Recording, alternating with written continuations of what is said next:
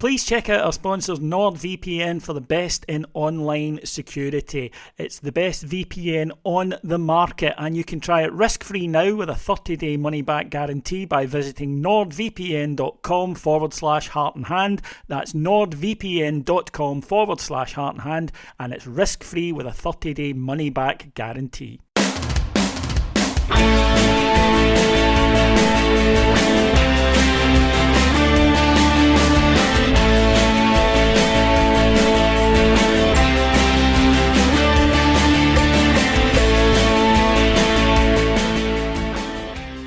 Hello everyone, and welcome to Heart and Hand, the Rangers podcast. My name is David Edgar. As always, I am your host, and I'm joined this week by my Heart and Hand extra colleague, Cammy Bell. Hello, Cameron. David, how are you feeling, my friend?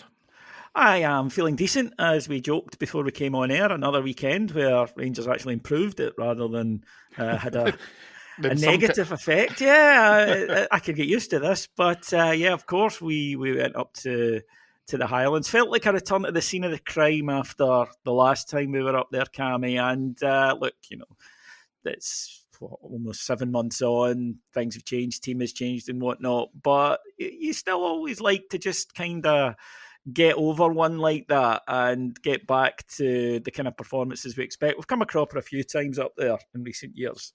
And to be fair to Ross County, at home, they are a completely different side to away from home. Of course, we beat them 6-0. They lost 5-0 at Parkhead the week before. But recently, they've only lost at home this season to Aberdeen when they were in their kind of unbeaten run. And when they played Celtic, and even then it was narrow, it was 2-1 with a late goal. So it wasn't going to be easy, I think, going up there. And I think what pleased me most about it was the minimum of fuss that Rangers displayed in getting the 3 points. It never really took control of the game early doors and never really threatened to give it up. No, you know, as you say, I think that up in Dingwall, it's quite a compact pitch. I know that obviously, having been up there a number of times, you definitely feel it's one of those stadiums where you're almost right on top of the kind of the playing surface. But again, it is a smaller pitch than we're used to. And there's a couple of things that I was thinking about as we were looking forward to heading up to Dingwall. We've had some great performances recently. There's absolutely around that, obviously Europe domestically. This Rangers team has still got to convince me that we can make games more straightforward. I'm not going to say easy, but more straightforward than they've had to be within recent history. And we are getting there. So the result definitely helped, and so did the performance. But also, we've got a new face of this team now, which I think is very interesting. I was looking forward to seeing as to how they would adapt to some of that. We obviously had a great result against Kelly during the week, with a lot of good football played, a lot of really great passages of play. And I was interested to see as to how we would adapt to some of those factors, being able to go up there. And it always helps with an early goal, I think, yes, David. You know, it's almost as if we sometimes joke about that 12 o'clock kick-off curse that we only seem to start half an hour into the game. But a fantastic opener by Egeman, who's in the, you know, absolutely fantastic form at the moment. And it just helps settle the nerves a little bit when you're able to get an early one, but then you continue to press on. You don't take your foot off the gas again, something we've been guilty of. So even that kind of opening 20 to 30 minutes, I didn't think we were ever out of control of it. And obviously we're eventually doing it the second one. I think that was right. That's fine. That's the game over as a contest. And I was really pleased. It was just nice and simple. That's what we wanted. Yeah, it was. And as you mentioned there, we were coming off the back of, I think, unarguably, our best domestic performance of the season with the 6-0 win against Kilmarnock. I know they'd been the 6-0 win against Ross County earlier in the season, but I think the Kilmarnock match was a much more complete performance in terms of the questions that we were asking the opposition, the control of the ball, the type of attacks that we were making. And what pleased me most was the variety of it and the fact that it wasn't just one tactic. We weren't easy to guess. And I think a lot of the times this season, my complaint about us domestically has been we're pretty easy to play against. Teams know what they need to do. And occasionally we've been getting by or getting goals through maybe a moment of brilliance. But there was far more collective work done, I thought, on Wednesday night. And like I say, we were using the fullbacks. We were getting to the byline. We were putting in crosses when that was the right option to do, but we were playing through the middle. We were trying 1-2s in the edge of the box. We were shooting from distance. And that mix makes it a lot more difficult for a team to deal with. And that's what we saw with Kilmarnock by the end, that their defence's head was spinning. And I liked that it continued yesterday. Now, the biggest thing, I think, over the last couple of weeks that people will point to are changes that the manager has made. And obviously there's first of all change of personnel, and then there's slight tweaks in the way that the team is playing. And there are various theories about what those are. And people are seeing different things. Now, the first one is, on paper at least, it's still the 4-2-3-1. But I've noticed a lot more fluidity in the way that Rangers play, Cammy. At times it's a 4-2-3-1. At times it drops into a 4-4-2. And at times it actually goes to a 2-4-4, believe it or not, when Rangers fullbacks push up. But the interchanges are so rapid and fluid, they're not clunky. And the team seem to know, all right, if he's going, then I need to go there. And the manager speaks about working the training ground. And I've been the first to suggest, especially after that Dundee United game, where I just thought that doesn't look like a team that knows what it's doing.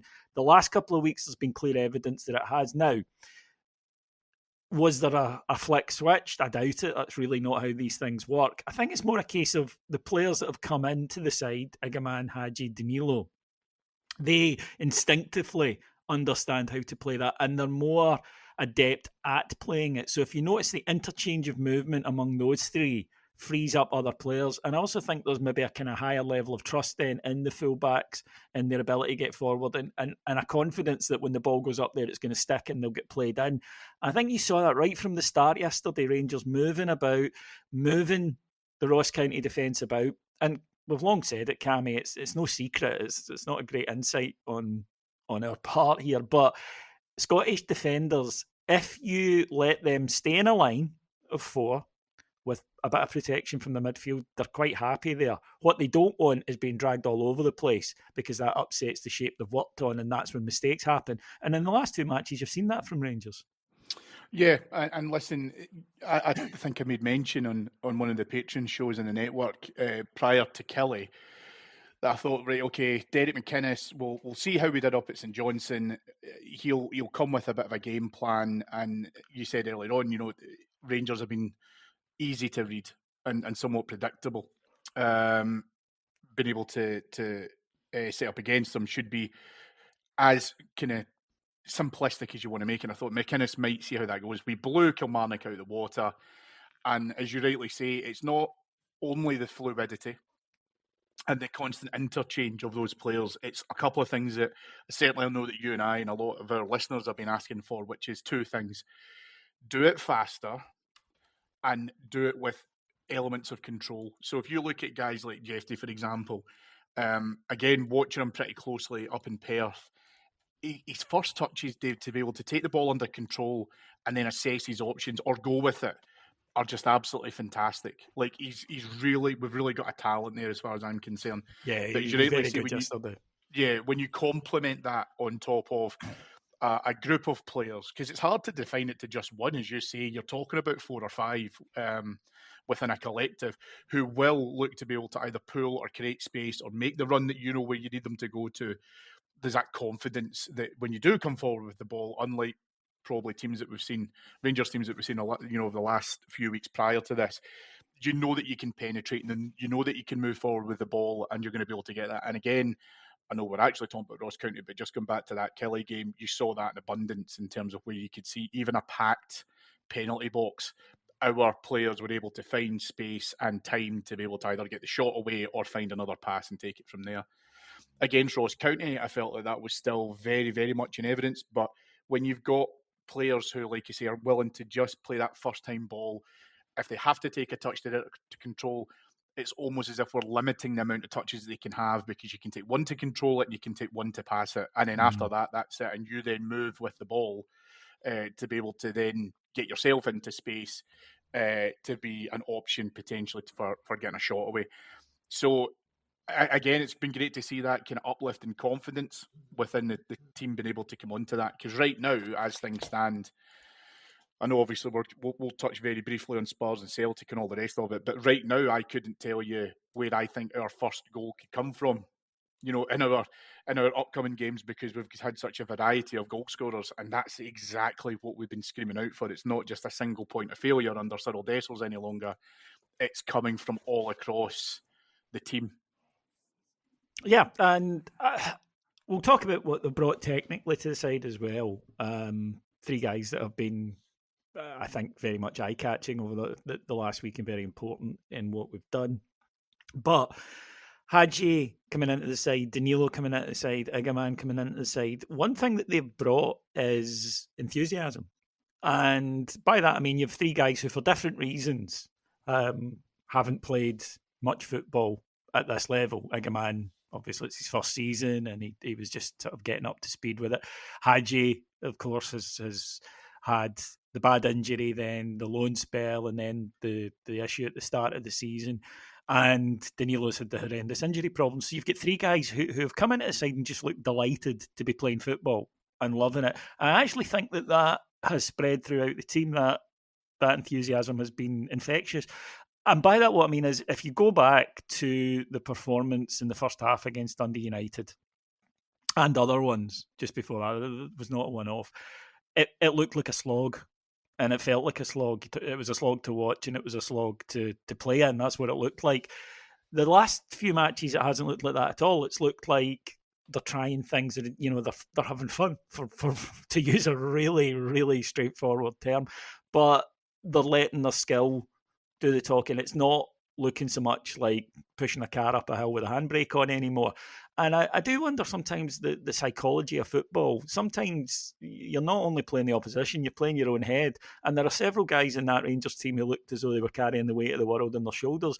But I think that the 3 guys coming in, and as I say, just with the sheer delight that they have to be on the field playing football and doing things, I think it's spread around the team.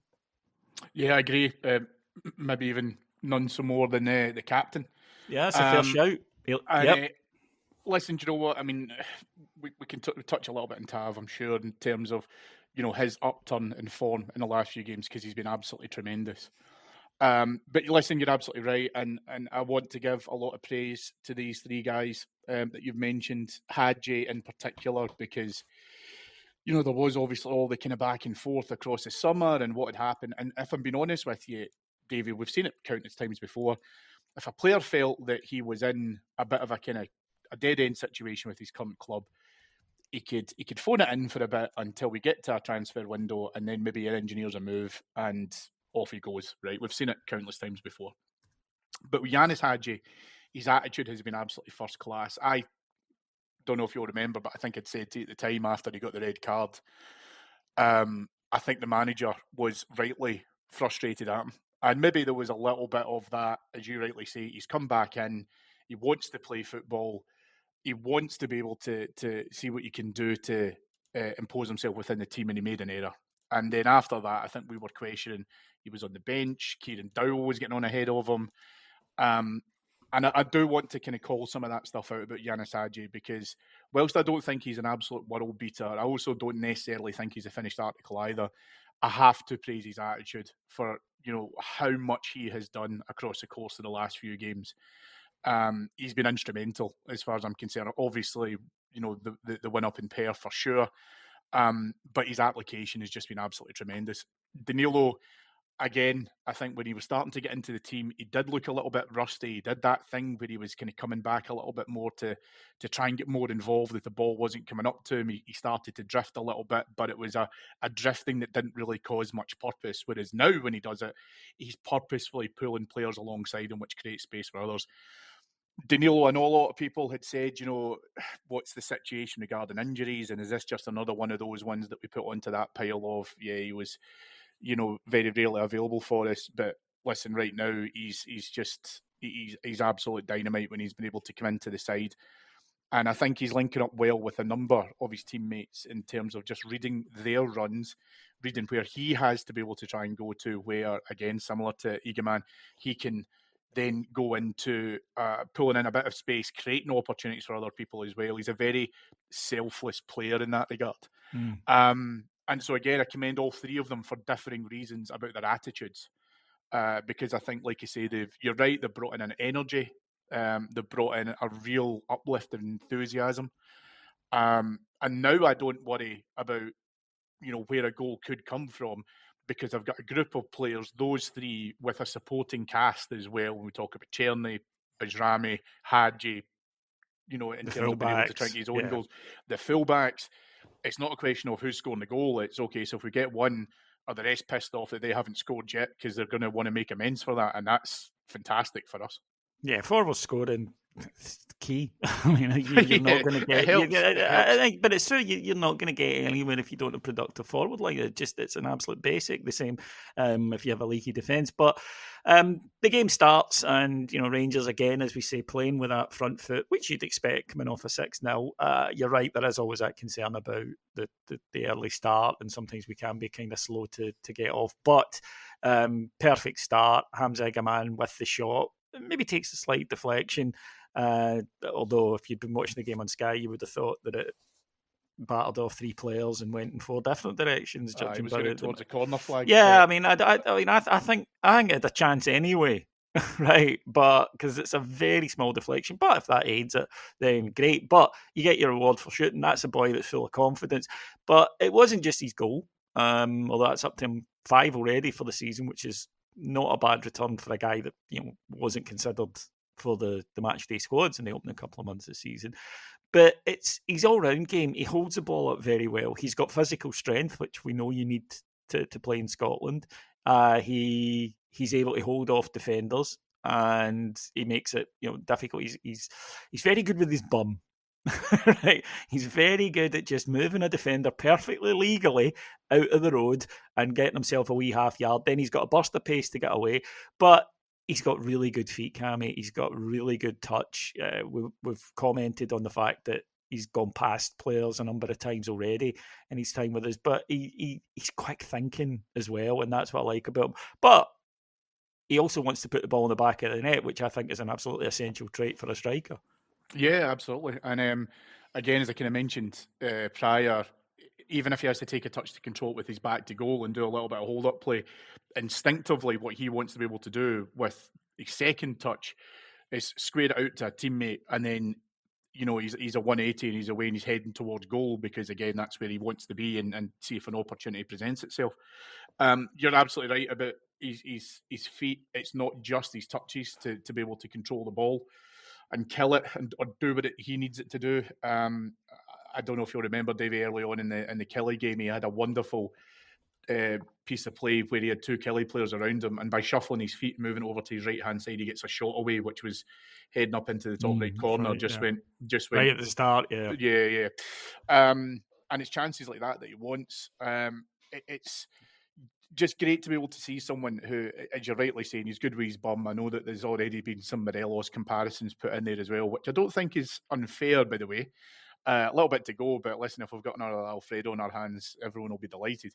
But he won't get pushed off the ball. He understands the physical nature of it, and he's got, for me, a really great balance where he can have a deft touch, he can have a run in the right direction and move it at pace. But he also knows sometimes when he has to stand on his 2 feet and just shield off a player, just make sure that he's creating that opportunity for himself or others, and really just blend all of them together as the game dictates. So, yeah, really, really excited to see what he's going to be doing in the coming weeks. But given the fact he's missed, a third of the season, he's in 5 goals already, that is not bad. Yeah, and I think also that there was something I loved, right, in the second half, and regular listeners will know I'm very prepared to be an old man shouting at clouds about certain things, especially forward play. But in the second half, good ball into the box. He got across the defender and got the header in. Now, it was very tough to score from where he was because he had to generate the power and he was quite far out. But he does all he can and loops it towards top corner. Keeper makes the save. But it was the instinct that really pleased me because, again, as we know, as the manager's been at pains to point out, he's learning the game and there are things that you can see. Although what I will say is that from his first appearance where he looked really raw, week by week he's improving and the rawness is falling off quite quickly. But that was instinct. That was get past the defender, get to the front post, and I can get this header in. I actually watch a lot of football, as you know, Cammy, and a lot of modern strikers don't seem to have that. And to me, it was always a cardinal rule. You get to the near post, you get your goals. And for all we might, understand that football changes, I've heard Ali McCoy talking about it. I've heard Michael Owen talking about it. And they both were pretty good at putting a ball in the back of the net.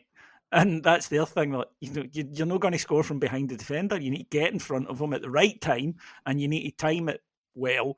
And then you need to make sure that you're at the front post. And he was doing that, and he was doing it automatically. And I thought that is a really good, because that's instinct. Yeah, absolutely. And it's funny because you think about the Czerny goal against Nice. He takes it down in his chest and he actually runs across, the kind of back three as it was at that point, because obviously they were all in their box. And how many times have you seen a striker been able to take a touch and their first thought is, right, if I can get the ball to the deck, then I'm going to try and get a shot away. And because you've got little space to operate in, it'll likely get blocked. You'd have to be very, very fortunate to be able to generate some space in such tight quarters to get the shot through on goal. But what he does is he says, no, I'm going to lay it off to Czerny. Czerny obviously is able to finish. But as you say, in terms of his directness towards goal, it's probably why it's interesting. And again, I think it does draw some comparisons with Morelos because it's slightly unpolished. And that's not a criticism, by the way. If anything, it's a compliment, because you're absolutely right. Sometimes you'll see managers saying, you have to think about your percentages. You have to think about when you're looking to be able to try and get your shots away, whether, as I say, shots feet ahead or whatever. But think about your percentages. Whereas in some cases, you just see players who are quite comfortable going, do you know what? If I can get close to this and I think I can get it on target, I'm going for it. And that's great, again, to see, because you can't predict it. You don't really know as a defender what is the next thing I have to do with this guy. But the cardinal rule for all defenders is whatever you have to do, try and block it. So even if he creates a space for someone else, he's still going with that intent towards the ball. But he's got a good enough football brain in there to realise that if his chance doesn't materialise, he can set up for someone else. And, I mean, you covered Danilo earlier, and you were absolutely right. His movement, his link-up playing, God, I love seeing two forwards, two strikers, that's what they are, playing, although they're moving about, and sometimes one of them's operating on the wing, sometimes one of them's operating deeper, but they're linking up. And, in Desser's defence, he hasn't had that option, much being the lone striker. But these two are playing off each other and with each other. And I love to see that. Again, I know it's maybe pretty old-fashioned, but it doesn't have to be, even in a front three. I look at Liverpool, and they're clearly a side who've got exceptional talent up front, but you can always try and learn from these sides. And that's what they do. They move and they link, and they play off each other. And it is noticeable that just opens so many doors, as we've seen with Dessers up there on his own. He struggled to do that, but I don't think his game is as suitable for it as these two. But they're on the same wavelength, and you can see it. And his goal was terrific because, first of all, going in and challenging rather than going, right, okay, he's not going to make a mistake. Just sensing a bit of danger. And then I've seen those missed. I know people might go, and then it's a tap it. It's really not, because the keeper's getting back. If you don't put it exactly where he puts it, you don't score. And we all go, what a miss.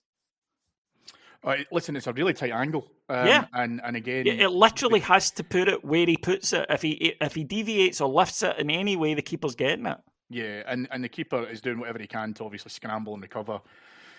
And it's funny, right, because I know whenever we see these things and keeper makes a bit of a howling arse of it, which, by the way, Jack Butland nearly did as well, but thankfully he got away with one. You always say, it's 100% the keeper's fault. And I don't always agree with that, if I'm being honest. And in the Danilo opportunity, it is about what we mentioned there. It's his energy and his enthusiasm. Just take it forward and close him down. Now, he could have done that at a little bit of a canter, going towards the keeper, really with a focus of just making him hurry up and play the ball. But no, he goes, no, listen, I'm going to go and run to him full pelt to try and get him to just scramble and see what I can do. And maybe I pick up the scraps or whatever. But that's the difference, because now we've got a team that, as I say, will play with that energy, that they will just not allow the pace to be dictated to by, and again, with all due respect to most of our league opponents, they will look to try and wind down the clock a wee bit. They will try and use some of those dark arts. The keeper was far too flustered, but that's only because Danilo created that opportunity himself. And as you rightly say, the finish is absolutely fantastic. The icing on top of all of that for me, though, David, was seeing his dad celebrating with the Rangers fans on Sunday, because I thought that was absolutely fantastic. I was delighted for him to be able to get his goal in front of his old man. But it is about that closing down, that desire is probably the key word that I'm looking for there. Even just to try and force an error from the goalkeeper, shanking it out wide, or trying to keep it up the park for a throw in for us or whatever if he has to knock it quickly. But listen, fully deserved, and I love to see it, because I'm always keen to see these guys when they're coming back in, getting goals and doing all that. And again, coming back to Kelly, said to the guys next to me when we were creating those chances, Eagleman deserved his goal and Danilo deserved his as well, and exactly the same were true on Sunday as well. And you mentioned earlier, James Tavernier, vast improvement in the last two matches, and goals in both after no goals all season. A brilliant goal yesterday, just terrific finish, outside of the boot, caught it flush, and he hit it like that ball load of money. It was going in. Great goal. Now, Tav was rested, rotated, as the manager was at pains to point out, but in huge games. Nice away, massive, massive game. I think that the manager spoke on Friday at the press conference about players who've been left at the team and it refocusing them and giving them a wee bit extra. It's a good old-fashioned kick up the arse, isn't it, Cammy?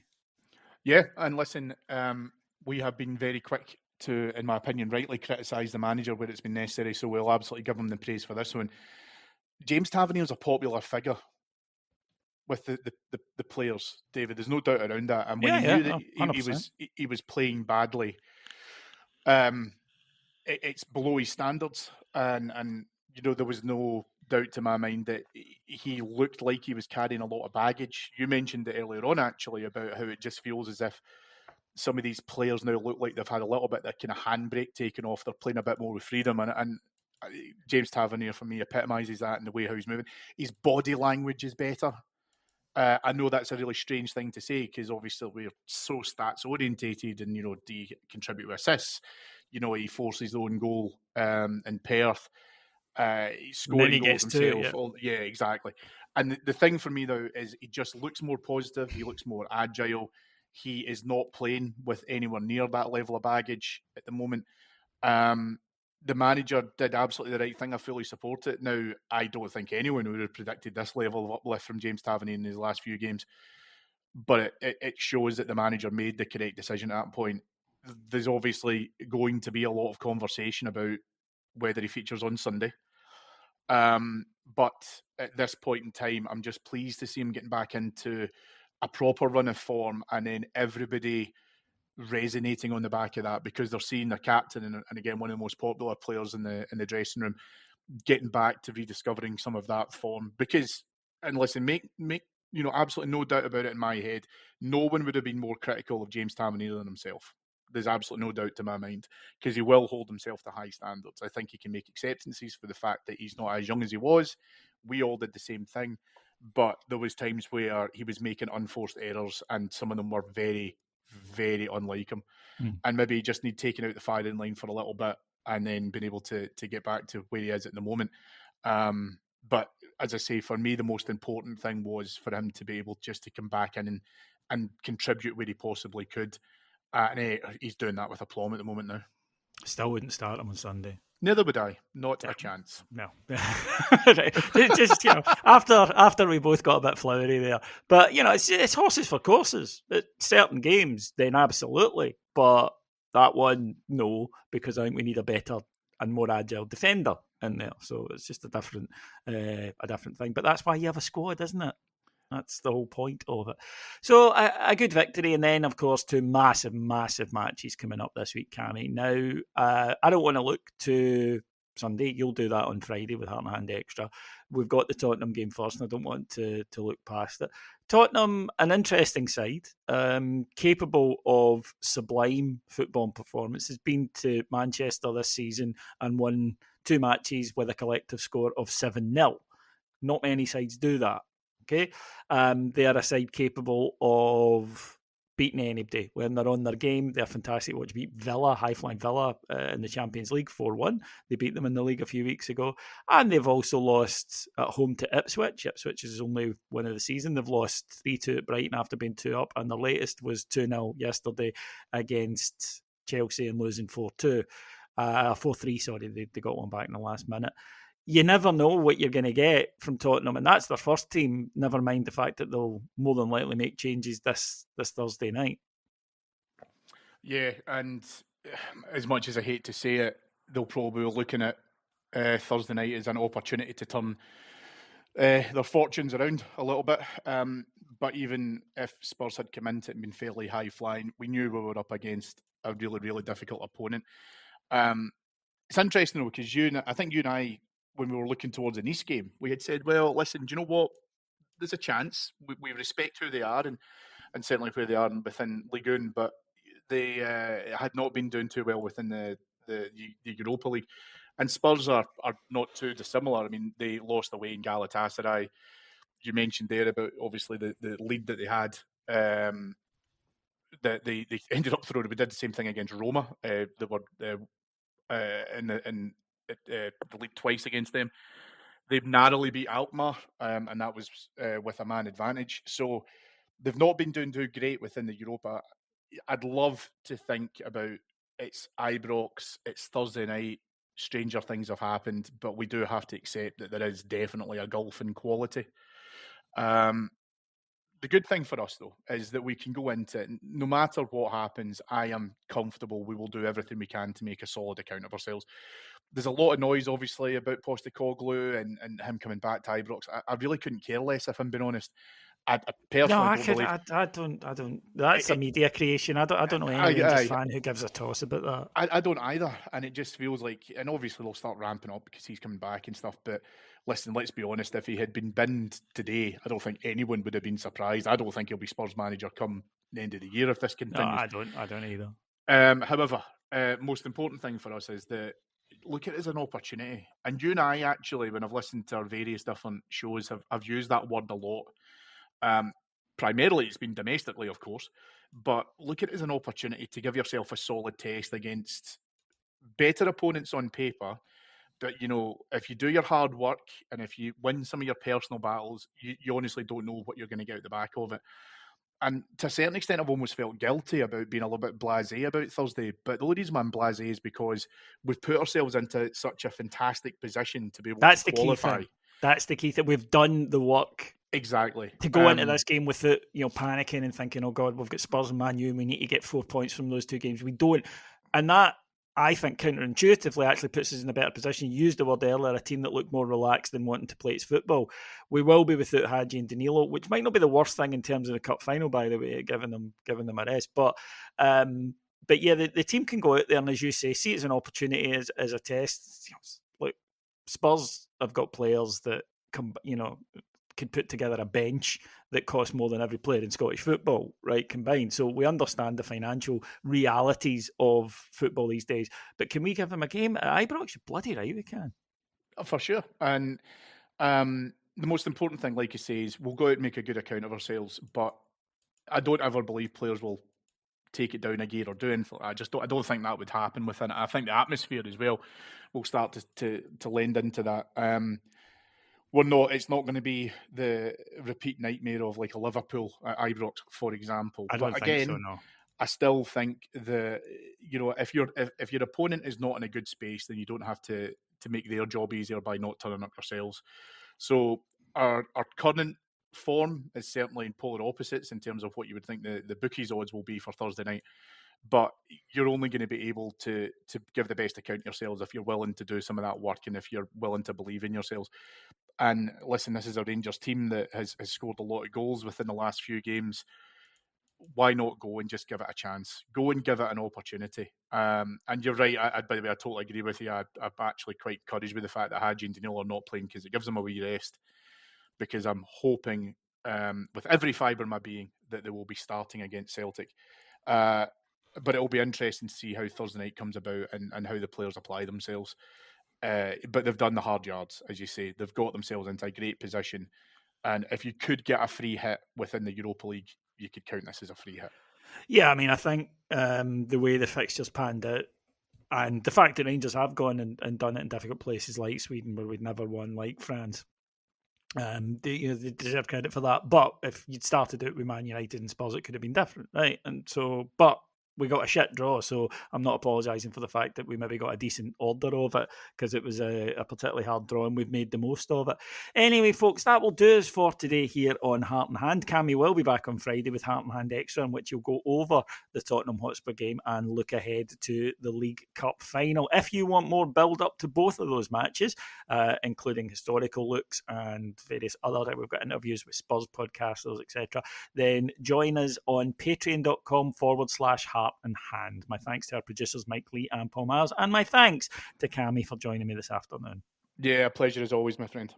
Right then, folks, we'll be back on Heart and Hand next week. As I say, loads of coverage over on our Patreon. But until then, enjoy these two massive games, and hopefully by the time I come back here next week, we are sitting with a large smile on our face. Take care, everybody. Bye-bye.